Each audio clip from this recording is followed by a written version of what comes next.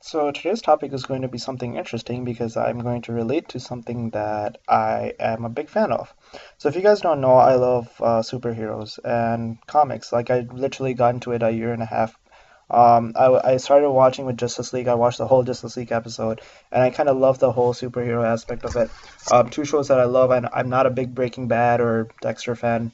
Might sound really surprised to all you guys, but I'm a big Arrow and Flash fan. But one thing that I've realized is that when I watch these TV shows, I look for elements or I look for symbolism that I find very appealing to me because it deals with human character and psychoanalysis. So without further ado, let me tell you what's really interesting. So, if you guys know what Arrow is about, Arrow is basically about a rich playboy that used to live his life in his terms and gets stranded in an island and realizes like what's his true calling in life and starts this crusade when he comes back, in which he tries to atone for his father's sins. But one thing I must tell you about Arrow that I find that all of our superheroes have flaws in them. There's a saying that don't ever meet your superheroes, you'll be really disappointed in real life.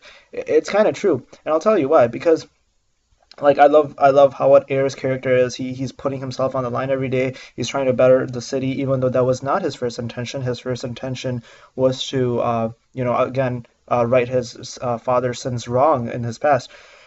But they all have a character, but they all have a major flaw. For example, like Arrow comes back and he cannot love someone because he has a lot of enemies and he knows that they will target them.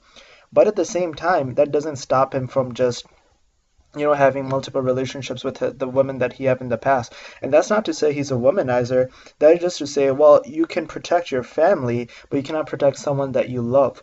Your family, like, in the TV show, his sister and his mother are in the same jeopardy as someone that he loves as someone as a woman. So I find that really interesting that when it comes to family, he doesn't really look at the wrongs of them. As a matter of fact, his mother was in charge of this conspiracy, and the whole city was against her. But he couldn't admit to that fact. So I think family, even in real life, family is like that one thing that you will always protect, no matter how wrong they are. Now let me draw a parallel to Flash. Flash, the new episode comes out and basically starts out with one of the villain's brother atoning for his brother's death, even though his brother was a thief, his brother was trying to kill cops, and his brother was trying to just put devastation. But since, oh, he's my brother, I'm going to atone for his death. Now I find that very flawed. I find that family is important, but it should not be. If someone is wrong, someone's wrong, right? At that point, I don't think family is right. Now, let me draw you to a religious paradigm.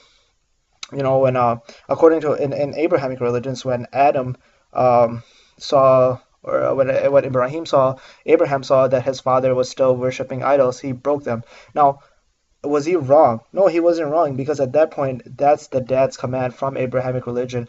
So if your family is wrong in a certain idea and you feel that you're right, then you have every right to pursue or to go on your course of action. Now, that's one parallel I wanted to draw. Going back to Flash, so in this episode, what he does is he really loves a woman, and she doesn't really feel something for him until recently. So in almost in the end of the episode, they kiss. Now, is it a kiss? A big deal, right?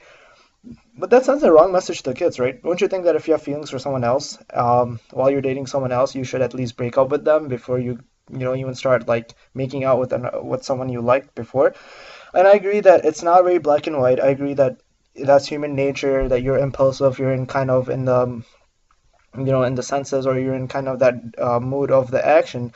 But that sends the wrong message. For example, if I'm married, but I really like someone for a long time, and I just kiss them, I mean that's just wrong. Like you're you're not being honest to yourself. And these are the same thing that the kids and even adults watch. Like if I'm watching this show as a third party, right, as a neutral person that understands this elements of morality. So my point is morality is very subjective, right? And even superheroes are flawed, and that's what all the authors depict, and that's why shows are good. That's why you should watch shows like superhero shows or Breaking Bad or Dexter, because it really challenges your perspective on morality and subjectivity. So one of the terms that we use a lot is ethnocentrism, which is basically that my morals are to my subjective, and you can't judge me, right? You can't judge me because my morals are mine, or my culture traditions are mine, and yours are yours. And Arrow and Flash and all these superhero characters are a prime example of A, how flawed characters are, B, what are the lens in which they decide. Really, they kind of play God in their own essence, right? They pick what's right and wrong, even though their whole motive is to be good. Overall, they're trying to be. So again, Kantian and utilitarian ethics also come in. They're trying to produce good, but in course of that, they do some actions that are morally wrong, or that are morally hazardous, or that a third person would say that are flawed. And I find that awesome, and I find that interesting. So with that, I'm not going to make this video too long.